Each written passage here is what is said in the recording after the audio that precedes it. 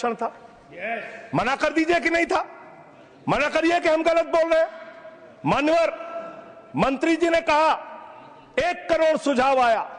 मैं आपसे पूछना चाहता हूं, कितने करोड़ ईमेल आए, कितने करोड़ पत्र आए, कितने करोड़ सुझाव आए? पूरे देश को जानकारी दीजिए और मैं आपको दावे के साथ कह सकता हूं, जब पूरा सच सामने आएगा तो देश को पता चलेगा कितने लोग इस बिल के विरोध में थे, कितने लोग इस बिल के समर्थन में थे। मैं जेपीसी का सदस्य था मानवर, मैं कह रहा हूं आपसे लाइए। और आप पिछड़े मुसलमानों का भला करना चाहते हैं, मैं आपसे हाथ जोड़कर निवेदन करता हूं, विनती करता हूं, और हमारे जो मित्र उधर भी हैं, अगर आप मेरी बात से सहमत हैं तो समर्थन करना। समाज में छुआछूत को, बीमारी को मिटाने के लिए चलिए उठाते हैं कदम, और अगले सत्र में एक बिल लेके आइए। जितने भी हिंदुओं की कमेटियां हैं, ट्रस्ट है, बोर्ड है, उन सारे ट्रस्ट और कमेटियों में 80% आरक्षण दलित, आदिवासी और पिछड़े हिंदुओं को दीजिए। मैं समर्थन करूंगा आपका, माला पहनाऊंगा आपको। आप पिछड़ों का भला करने की बात करते हैं, आप दलितों का भला करने की बात करते हैं।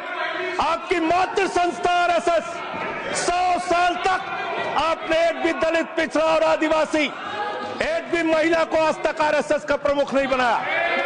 आप दलितों और पिछड़ों और आदिवासियों की आरएसएस के बारे में करने की बात करते हैं।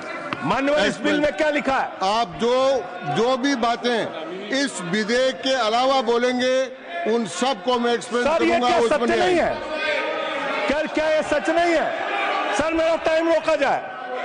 और सर बिल के बारे में बात करते हैं। माननीय मंत्री जी ने कहा आज आप इस बिल को पास कर रहे हैं, आज आपका सीना चौड़ा हो रहा है, आपको लग रहा है एक धर्म के अधिकार को आप छीन रहे हैं। नहीं, कल को आप सभी धर्मों की धार्मिक संपत्तियां छीन के आप अपने दोस्तों का देने का काम करेंगे। मैं फिर इसको दोहरा रहा हूं और फिर इसको कह रहा हूं कि आप ये करेंगे, धार्मिक संपत्तियों के कब्जा करने का काम करेंगे। और किसी गलतफहमी में मत रहिए।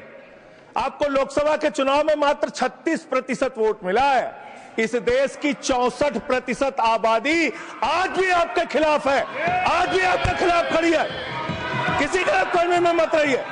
बड़ी बड़ी सत्ता उखड़ गई और चली गई। मान्यवर आपने इसमें लिखा बिल के अंदर कि वक्फ कमेटी के अंदर गैर मुसलमान इसका सदस्य बन सकता है। आप क्या गुरुद्वारा कमेटी के अंदर गैर सिख को मेंबर बना सकते हैं? क्या ईसाई कमेटी के अंदर गैर ईसाई को सदस्य बना सकते हैं?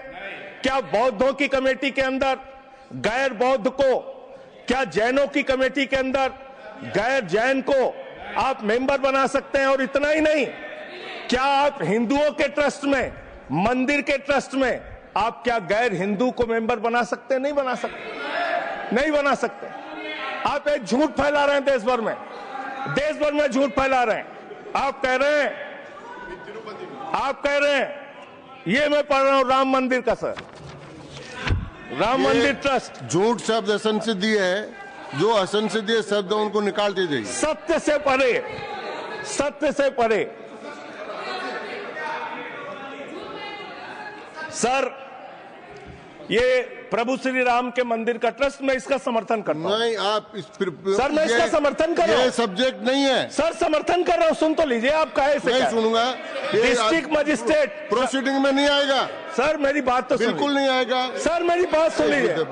घनश्याम जी प्लीज, चेयरमैन साहब, district magistrate of Ayodhya will be ex officio trustee who will be a practising Hindu.